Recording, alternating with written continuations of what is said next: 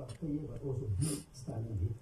En natuurlijk kan je lezen natuurlijk nog groeien, maar ik wil het ook duidelijk zeggen, niet al die partijen nemen altijd deel aan een specifieke verkiezing.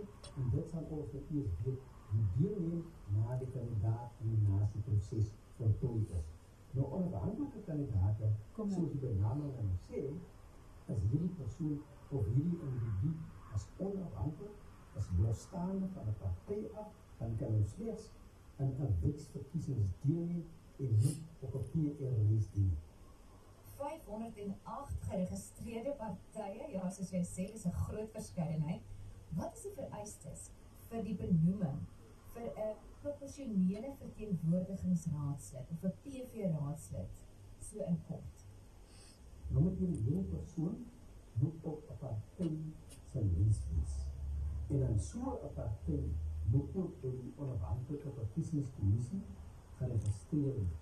Dan moet die partijlys moet betyds ingedien wees en ook die verkiesingskommissie moet resultate wees. Word 'n onafhanklike wijkskandidaat dan benoem? Dit is iemand wat nie aan enige partij behoort nie, maar dalk geliefd is. So daar moet voor die UVK ingedien word. Dan moet hierdie persoon die onafhanklike potentiële onafhanklike kandidaat moet kan bewys dat Sebastian, mense is lief vir hom en so, maar hy moet sy ondersteuning bereid aantoon. kom jy in Engels? Geregistreerde kiesers Wat jy bepaal? en dan ten minste 50 handtekeningen wees. Dames en heren, dat is baie belangrijk. Het moet geregistreerde kiesers wees. En natuurlijk nog moet die persoon natuurlijk ook die verkiezings die voorstel betalen. U moet indien die voltooide nominatievorm. U moet indien vir ons die lijst van ondersteuning sy handtekeningen. Hier is ek beklemtoning. Het moet geregistreerde kiesers wees. Dan gaan ons ook een afskrif van uw ID-document zoeken.